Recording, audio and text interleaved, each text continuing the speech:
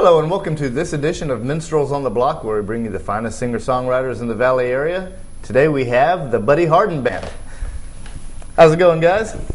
Good to see you, Brian. Good to see you. How's it going, Brian? Good to see you. Pretty good. All right, Brian. Great to have you all on the show, so tell me about yourselves.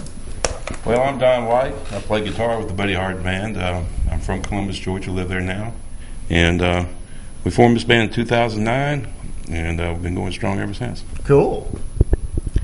I'm Henry Holmes. I'm from Columbus also. I've been with the Buddy Harden Band since its inception, and it's a great bunch of guys to play with. We've done a lot together. We've written some music, and we play a lot of standards, a lot of classic rock, and it's just a lot of fun for me, especially. Where were you born, Henry? Columbus. Cool. Dwight? Yeah, I'm Dwight Hamrick. I was born in Carrollton and played with a band up north Georgia and around the Chattanooga area called the Vintage Band. Cool. And I worked with Department of Corrections and was transferred to Rutledge and hooked up with these guys about 5 years ago and been playing with them ever since. Cool. So, Don, what'd your parents do? My mom and dad were both Bibb City residents, and they worked in the mill. And about the time I was born, we moved to Florida, and we moved around quite a bit, came back to Columbus in '68. My dad and mom are both retired now. They live in Cape Canaveral, Florida. Wow, cool. Right on the beach. Henry? My folks are from Columbus. They moved early in the 50s to Columbus from Alabama. My dad was an auto mechanic all of his life. My mom was a homemaker and took care of 3 kids, and did a good job. And went to school at Baker High. And cool. I'm a twin. My twin brother and I, we graduated from Baker High. Awesome. And just been in Columbus all my life, except for a short stint in the military. Dwight? Well, my parents are from Heflin, Alabama, and came they married back in the 30s and moved to Bremen. That's how I ended up born in Carrollton. And my father worked for Southern Bread Company, and he transferred to LaGrange. And that's how we ended up in LaGrange. I graduated from LaGrange High School in '74. I told my age, didn't I? Mm-hmm. Busted. Okay, graduated in '74 and went to college in Millersville, Georgia College State University. And out of there, went to work with Georgia Department of Corrections, retired after 34 years as warden here at Rutledge in Columbus. And now I'm back in the workforce as a warden at Muskogee County Prison. Wow, cool. Dwight's also the oldest member of the band. By many years, yes. I'm kind of in the middle, I believe. So, Don, what made you, were your parents musical at all? No, my grandfather was a gospel singer back in the 30s. Wow. In Columbus. They had a gospel quartet called the Electric City Quartet. And you have to be a lot older than we are to remember that. Yeah, but he was the only musical one in the family. I saw the Beatles on TV, like probably Rusty and Dwight and Henry did, and that's kind of did it for me. And my youngest son is a music teacher. He teaches chorus at Kendrick High School, so he's kind of carrying on a little bit of the musical tradition, although he doesn't really care much for rock and roll. Oh, really? Now, was it the Beatles, seeing the Beatles on TV, that made you want to do music? Made me want a guitar. Yeah. That was a definable moment in my life, and like I said, a lot of guys my age, I think it was, and then Jimi Hendrix, Cream, stuff like that made you really want to play the guitar. And to this day, the electric guitar is what I really care about. That's my passion. So, Elvis or the Beatles? The Beatles.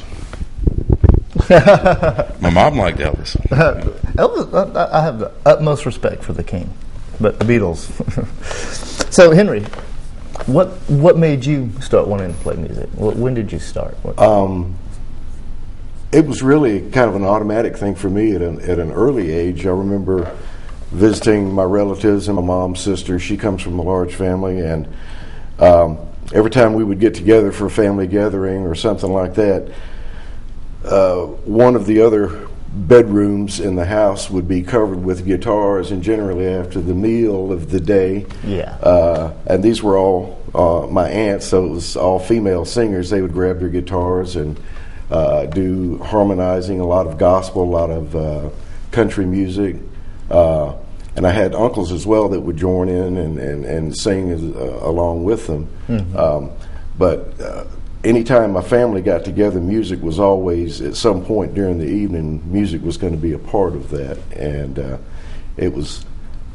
it captured me at a very early age, and I had a love for music. And the lady that I grew up next door to played classical piano, and she introduced me to a different aspect of the music. So Wow. I kind of got it from both ends as I was growing up, and just had a great love for music, and have kept it all my life. And Beatles, by the way. The Buddy Harden Band rocks. It's a fact. Dwight? My father was a gospel singer for the Gospel Messengers from LaGrange, and they did a lot of touring and traveling on Silver Eagle. So I got to hang around them for many years and play bass, actually, in church and with them. And when I went to college, we used to go downtown. I actually wrote a song called "The Cellar," so that was a bar in Millersville, and we used to go downtown and check out the bands and saw some really good acts come through. Grinders Switch was one, a great slide player, Southern band recorded with Capricorn. Kind of an Allman Brothers understudy band, I think, more than anything else. But I played bass for years, and then going downtown like that, back and forth to a dormitory in college, you're always looking for the girls. Oh, yeah. So you got to impress the women. Women make it worth a while. Yeah, but when you get back to the dormitory empty-handed, so to speak, you see the guy sitting there playing guitar and got 30 girls around him. So that was the influence to want to play. You may remember from previous episodes, the reason people actually play guitar is for girls. There you go. But did work with the prison system. They had musical groups that played, and I formed bands with inmates. And my biggest influence was a guy named Lee Moses, who recorded with Jimi Hendrix back in the 60s. Wow. And at one time I had an inmate band that was made up of a guy that played with Hendrix, Clarence Carter's drummer, Ohio player, sax player, and a band called Eli that used to tour a lot, had a keyboard player, all of them in the same joint at the same time in the same band. So I had a lot of saxophone, a lot of jazz stuff, a lot of influences from them, and come to this point, played with a lot of really good players. Yeah. None as good as these guys I've played with now. They have pushed me. They have pushed me to the max to get better, and I think I have over the last 4 or 5 years. You never can get too good. I don't think you can ever learn it all. Oh yeah, definitely not. Once you learn it all, there's no point in continuing. That's right.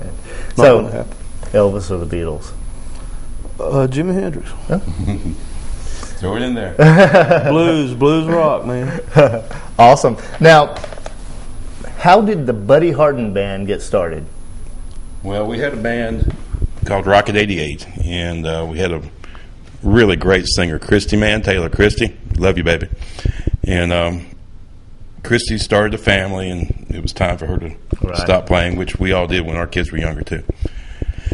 And had a guy named Tom Horn playing drums, a guy named Mike Danger playing guitar, 2 great musicians. We enjoyed playing with them. And we were playing a lot of real technical instrumental type stuff. Some Blue Oyster Cult, some different kind of stuff, Jeff Beck type stuff. We were really into the little bit harder, more players type stuff. Right. And Mike had little kids, and it was time for him to quit playing. And Tom got tired of playing with us, so we brought in Jack and Rat, who were sitting off camera. And I knew Rat from back in our days with the South Railroad Street Band back in the 80s, which Davey Patillo, who puts on Hog Bottom, that's our connection with him. He's one of my best friends. And we brought in Jack, who was playing with Rat at the time, and we luckily ran into Dwight. I don't know how that happened, but it was probably the key moment for forming this band. Was we had a guy who could sing, play guitar, and he wrote songs. And I had all these instrumental songs laying around, and all of a sudden they had words to them, and it's like, nice, man, our catalog just grew because Dwight had a truck and a trailer also. Exactly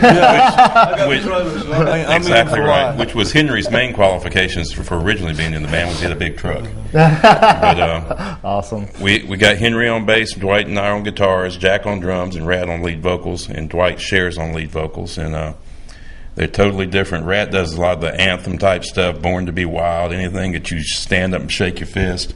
Well, that's Rat. And if it's more on the bluesy, soulful side, that's more with Dwight. You know, he does the Little Feat and the Allman Brothers tunes that we do. Does a great job with those. And it's just a matter of us all coming together at the same time. They were playing together and didn't have any gigs. Mm-hmm. And we had gigs when we didn't have a drummer. And so it worked out pretty good for all of us. Serendipity. Exactly. And that's the way it came together. And if you look at these old guys sitting up here, this is probably going to be our last band, so we're trying to make the most of it. Excellent. Well, I'll tell you what, let's have a look at what they're making the most of, and we'll be right back after this. Okay, we're going to play you one that I wrote. It's called 72 Grand Torino, about a car that got me in trouble. But she was long and lean and metal flake green. Had a 351, boy, she really screamed. Trooper King said she was the fastest thing in the county. Yeah, you know I know, 'cause she chased her a time or two. Well, I couldn't take it easy, man, she sure could go. A Craig Powell played and really did blow. Some styled around in the GTO. They couldn't catch my 72 Grand Torino. A Grand Torino. Daddy said, son, don't you push her for all she's worth. Yeah, you know me, I ain't gonna go your bail. Then late one night, coming home from the valley, out on 85 North, the sirens began to wail. Well, I couldn't take it easy, this sure could go. Craig Powell played and really did blow. Some stopped around in the GTO, but they couldn't catch my 72 Grand Torino. The Grand Torino, my Grand Torino.